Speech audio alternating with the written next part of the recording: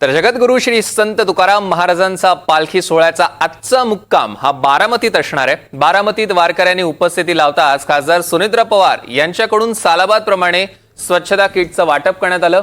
राज्यसभेत नुकत्याच निवडून गेलेल्या सुनेत्रा पवार गेल्या 12 ते 13 वर्षांपासून बारामतीत पालखी सोहळा दाखल होताच वारकऱ्यांना स्वच्छता किटचं मोफत वाटप करतात। यंदाही त्यांच्याकडनं या किटचं वाटप करण्यात आलंय। त्यांच्याशी संवाद साधलाय आमचे प्रतिनिधी देवा राखुंडे यांनी।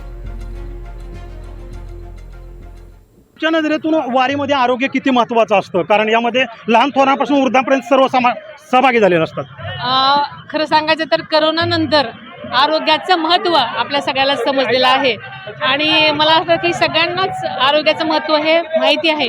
प्रत्येकाने या एवढ्या गर्दीमध्ये आपापल्या आरोग्याची काळजी घेणं अत्यंत गरजेचं आहे आणि त्यातून ही वयस्कर मंडळी असते त्यांनी तर जास्त काळजी घेतली पाहिजे। बरंच चालायचं असतं, त्यामध्ये अनेक गोष्टी होऊ शकतात, त्यासाठी सगळ्यांनी आपली काळजी घेतली पाहिजे। पावसाने हजेरी लावली, पांडुरंगाकडे काय साकडं असेल?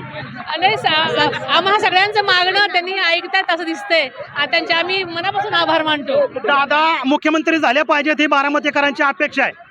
बारामतीकरांच्या सुद्धा इच्छा पूर्ण होते अशी आपण भगवंताचरणी प्रार्थना करूया। तर आपण पाहतोय की बारामती आणि पाऊस हे नातं जसं आहे तसं आज तुकोबरायांचं आगमन होतानाच या ठिकाणी वरुण राजाने देखील हजेरी लावलेली आहे। सर्वांना सुखी ठेवा आणि बारामतीकरांचं स्वप्न पूर्ण होऊ दे असं साकडं सुनेत्रा पवारांनी पांडुरंग चरणी घातलंय। देवा राखुंडे, NDTV मराठी, बारामती।